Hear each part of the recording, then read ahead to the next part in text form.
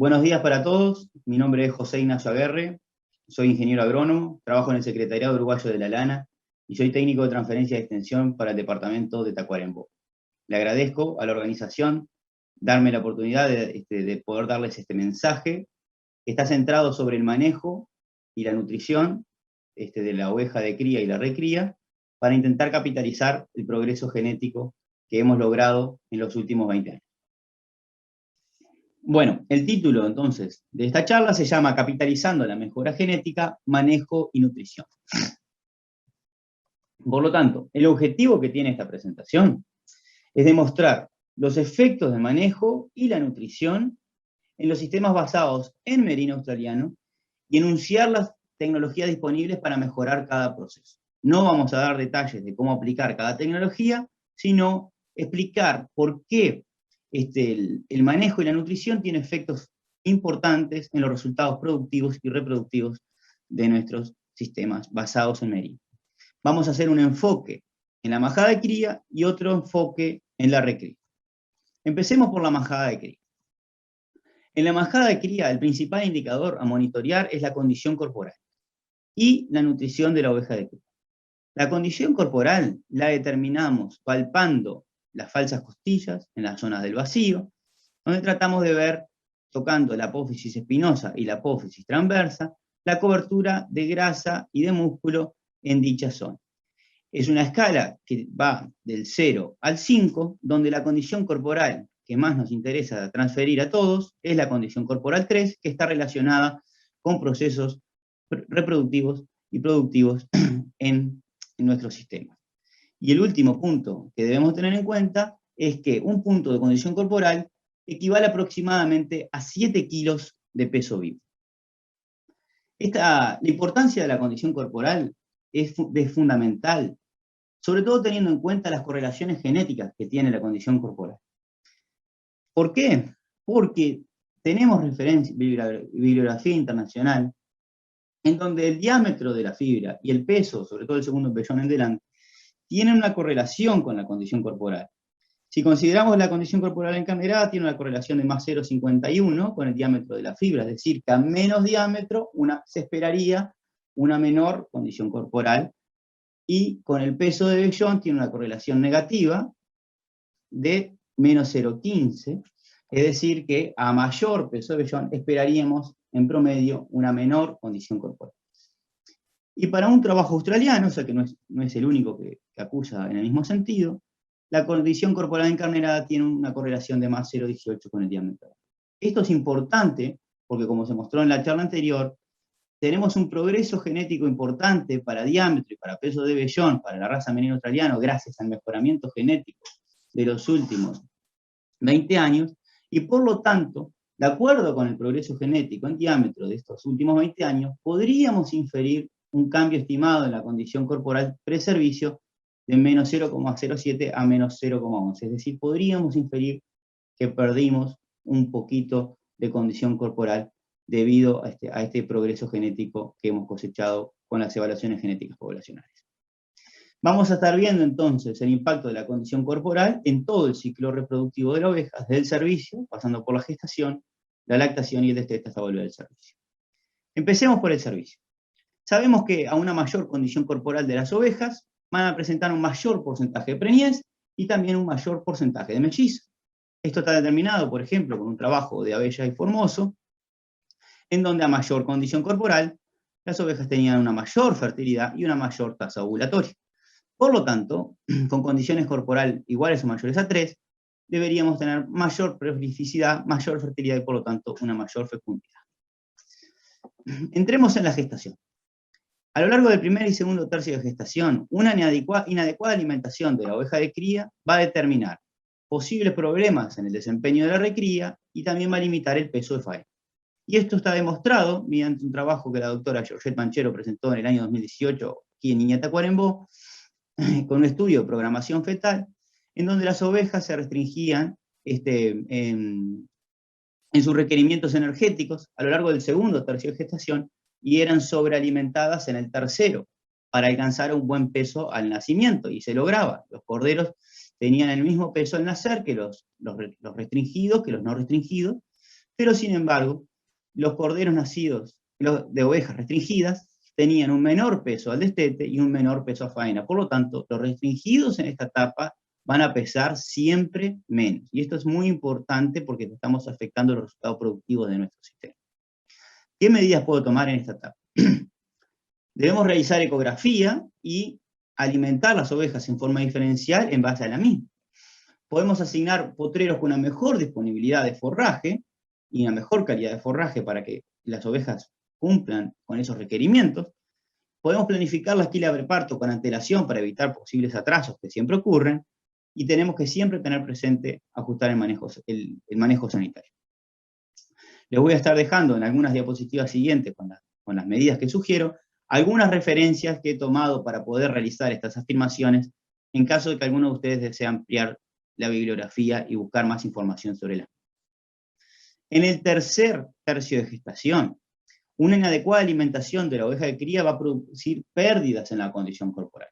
Y estas pérdidas van a determinar un menor peso al nacer del cordero, una menor sobrevivencia neonatal del cordero, una menor producción de lana del cordero, mayor diámetro de lana del cordero, menor producción de lana de la oveja. Vamos a ver un poco eso. En cuanto a la condición corporal al parto de la oveja, este mensaje Zulia e Iñe lo han dado en numerosas instancias, también la Facultad de Agronomía y Facultad de Veterinaria. Es un trabajo de Montosi del año 2005, en donde ovejas de condición corporal 3 o más producían corderos que tenían un peso al nacer de 3,5 kilos o más. Y esto es particular importancia, dado que el peso al nacer de 3,5 kilos o más va a producir una mayor sobrevivencia de los corderos hasta el destete, de acuerdo a este trabajo de Montosi del año 2014. ¿Sí? Por lo tanto, los corderos que tienen una mayor sobrevivencia, los corderos que tienen un mayor peso al nacer, tienen una mayor sobrevivencia.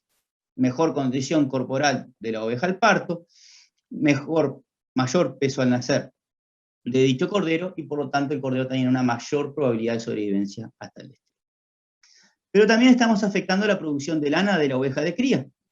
Este es un trabajo australiano que he adaptado para ustedes, en donde podemos ver que si la oveja disminuye la condición corporal en la gestación tardía, va a disminuir la producción de lana. Entonces ovejas producen menos lana si pierden condición corporal en la gestación. También tenemos un efecto sobre el diámetro. Ovejas que pierden esa condición corporal van a producir lana de un menor diámetro, y ovejas que si ganan condición corporal van a producir lana de un mayor diámetro. Así que eso también es importante tenerlo presente sobre la calidad y cantidad de lana de la oveja. El efecto de la condición corporal de la oveja de cría también va a afectar la producción de lana del cordero. Aquí vemos un cordero, un corte histológico de la piel. Aquí vemos la densidad folicular de este cordero que ha tenido una mala nutrición durante la gestación. Y aquí vemos el mismo corte, pero de un cordero que ha tenido una buena condición a lo largo de la gestación, una buena nutrición a lo largo de la gestación. Por lo tanto, los corderos tienen una menor densidad folicular si la oveja disminuye su condición corporal por mala nutrición en comparación con una oveja que ha mantenido una buena condición corporal. Pero también estamos afectando el peso de vellón de esos corderos. Aquí vamos a ver los corderos nacidos de ovejas que mantienen la condición corporal, en donde sabemos que los corderos únicos producen más lana que los corderos mellizos, esto es sabido por varios productores. Pero si esa oveja pierde medio punto de condición corporal desde la gestación temprana, los únicos van a estar produciendo menos lana que los nacidos de ovejas que mantuvieron dicha condición. Por lo tanto, es algo que tenemos que tener presente, porque esos corderos van a tener también problemas de producción de lana. Sin embargo, el efecto es sumamente interesante. Aquí vemos el diámetro que esperamos para corderos únicos y mellizos que han nacido de ovejas que mantienen la condición corporal desde la gestación temprana. Vemos que los mellizos son más gruesos que los únicos.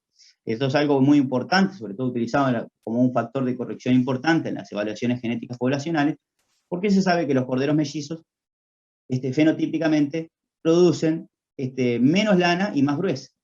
Pero si consideramos los corderos nacidos de ovejas que pierden condición corporal, miremos lo que sucede con los únicos. Aquí vemos que estos corderos dan lana más gruesa también que los corderos únicos nacidos de ovejas que mantienen. Entonces, corderos nacidos de ovejas que pierden medio punto de condición corporal van a dar menos lana y un mayor diámetro. Eso es algo importante. Esto cobra especial relevancia de acuerdo con una predicción que realizamos con el ingeniero Barbieri de la evolución del peso vivo en gestación utilizando un programa grass-feed con ovejas merino australiano, ovejas de 15,8 micras, 4,5 kilos de lana, o sea, ovejas tipo el núcleo merino fino de Glencoe, en el día 132 de gestación, en un campo natural de invierno con muy buena disponibilidad, 6 centímetros de pasto que tiene 65% de material verde, que se suplementan, o no, en la simulación, con maíz soja, razón de 80-20, y que estamos en el mes de agosto. Bueno, el resultado es realmente muy interesante porque cuando no suplementamos a las ovejas, consumen 1,25 kilos de materia seca de campo natural, pero tiene esa oveja una pérdida de peso en torno a los 63 gramos por día, es decir, va a estar movilizando reservas, y tiene una producción de lana limpia de 6,6 gramos. Si suplementamos dicha oveja, necesitaríamos en torno a los 300 o 400 gramos para poder revertir esa pérdida de peso y con suerte apenas mantener el peso y la condición corporal de la oveja con esa suplementación. Sin embargo, la producción de lana sí va a aumentar hasta un 25% durante el periodo de suplementación.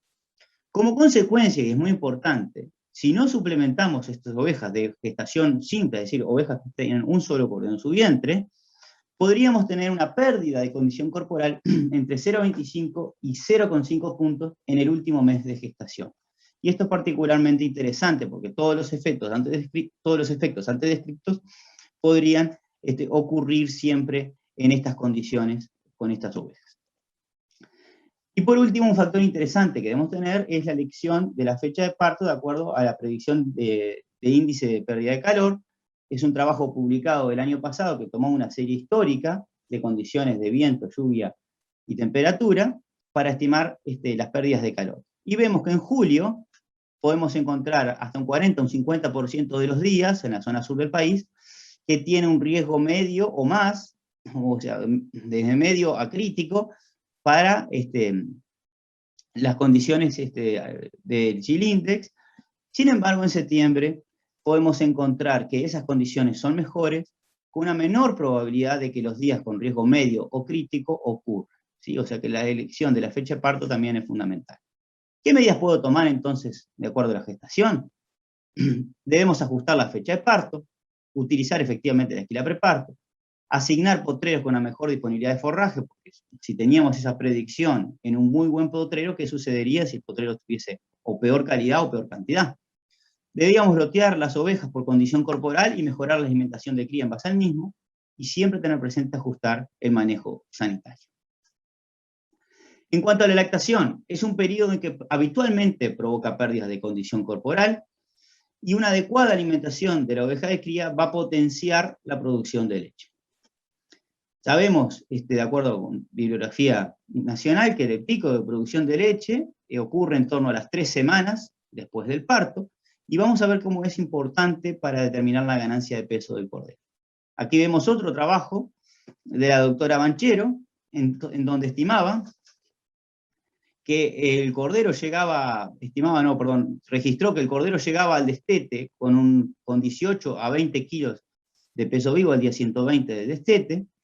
Esa ganancia de peso estaba determinada principalmente por la ganancia que tenía el cordero en las primeras etapas de lactación, podía ganar hasta 10 kilos en esta primera etapa. Esto está determinado porque aproximadamente 5 kilos de leche equivalen a una ganancia del cordero en torno a 1 kilo de peso vivo, y por lo tanto la producción de leche en este pico inicial es fundamental para determinar muy buena parte del peso al destete. Por lo tanto, una buena producción de leche es fundamental para tener corderos con buen peso al destete. Algunas medidas que podemos tomar en la lactación: claramente podemos ajustar la fecha de partos. La lactación es el periodo de máxima demanda de forraje de la oveja, tendríamos que hacerlo coincidir con la mayor producción de forraje del campo natural, que es la primavera, una correcta asignación de potreros y, por supuesto, un ajustado manejo sanitario para evitar pérdidas importantes en esta etapa. En cuanto al destete, mirando desde el punto de vista de las ovejas de cría, El objetivo es lograr una adecuada recuperación de la condición corporal antes de la próxima encarnerada, por todos los efectos antes descriptos. Teniendo presente que en los ovinos tenemos un tiempo muy valioso entre el destete y el servicio, con la oveja sin el cordero al pie, que se puede recuperar tranquilamente su condición corporal, y la ganancia de peso esperada para esta etapa es de 70 gramos por día. Por un periodo aproximado de 100 días entre el destete y el servicio se podría recuperar un punto de condición corporal. Por eso es importante no atrasar innecesariamente el destete. Veamos un poco la recría. En la recría el principal indicador a monitorear es la evolución del peso vivo y la sobrevivencia de los corderos. Se debe asegurar el cumplimiento de pesos objetivos de acuerdo a la edad del cordero, o la cordera pensando en términos reproductivos, y al momento del año. Si el desarrollo es insuficiente, se puede comprometer los futuros resultados reproductivos y producción de lanas de hembras y machos, que es un trabajo de Daniel Fernández Abella muy bueno, si alguien quiere ampliar esta información, pero el efecto es marcado y está diagnosticado en el país.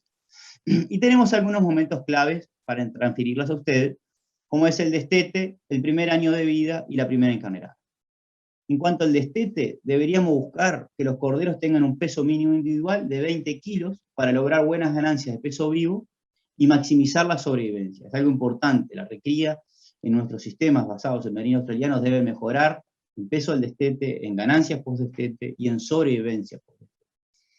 Algunas medidas que puedo tomar, por ejemplo, la utilización de potreros seguros de campo natural. Estos potreros son potreros reservados del pastoreo ovino por 90 días, que Sul e Iña han transferido en los últimos mensajes sobre recría, como una herramienta muy práctica para utilizar en nuestro sistema. Podríamos, por supuesto, monitorear la evolución de peso de los corderos, fundamental para asegurar que estamos teniendo buenas ganancias. Una buena suplementación de corderos de menos de 20 kilos, porque si no lo suplementamos vamos a tener una elevada mortandad en esa categoría, y podríamos utilizar verdeos de verano, praderas en caso de que sea necesario en lugar de la suplementación. Y por supuesto un adecuado manejo sanitario con un correcto monitoreo coproparasitario para asegurarnos evitar problemas de esta índole. En el primer año de vida deberíamos asegurarnos una buena ganancia de peso para asegurar procesos reproductivos o de engorde de corderos o de borregos, dependiendo del sistema. Por lo tanto, es fundamental estar planificando un engorde, si tenemos fecha de faena en primavera, pero es importante estarlo planificando desde el otoño, desde el invierno, asegurando buenas ganancias y monitoreando la evolución de peso. Y si estamos pensando en el proceso reproductivo, no deberíamos de buscar el constante aumento de peso de nuestras hembras de reposición para lograr asegurar que vamos a llegar al momento adecuado con el peso adecuado. Y en la primera encarnerada deberíamos de planificar esa recría de hembras pensando en alcanzar un buen peso de encarnerada, alrededor del 80% del peso adulto, o se podría usar otra referencia de 40 kilogramos de peso individual, ¿sí? En el caso de que tengamos alguna majada merino con peso muy bajo debido a una acumulación sucesiva de malas recrías, deberíamos aspirar a llegar a los 40 kilogramos de peso individual. Si el peso adulto es elevado por el tamaño y tipo de la majada, podemos utilizar la referencia de 80% del peso adulto. Algunas medidas que puedo tomar es el monitoreo de la evolución de peso como fundamental, porque deberíamos de tomar acciones antes de la encarnerada, deberíamos darnos cuenta con el monitoreo de peso de que no vamos a alcanzar el peso de encarnerada, podemos actuar antes para revertirlo, y una herramienta puede ser la suplementación o la utilización de verdeo en las hembras, sobre todo en el primer invierno, como una medida muy práctica de mejorar las ganancias en la estación en donde naturalmente los ovinos tienen o muy bajas ganancias o mantienen peso, para capitalizar el crecimiento de primavera y de verano y llegar con las hembras con un muy buen peso a la encarnerada. Y sumamente, una manera fácil y bastante segura de lograr dicho objetivo. ¿Algunos mensajes finales? El correcto manejo de nuestras majadas, sea manejo, más nutrición, más sanidad, permite capitalizar el progreso genético de los últimos 20 años. Debemos tener presente el impacto que tiene el manejo nutricional de la oveja de cría en la productividad de toda la majada. Y sobre todo teniendo en cuenta que ese impacto va a estar medido en muy buenos resultados reproductivos y productivos, que se va a traducir en mayores ingresos para el establecimiento.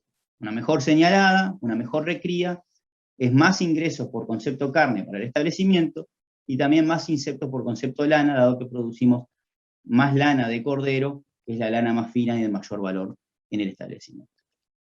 Y el manejo asociado a las recrías es de fundamental importancia porque no debemos de perder lo ganado en el manejo reproductivo anterior. Muchas gracias.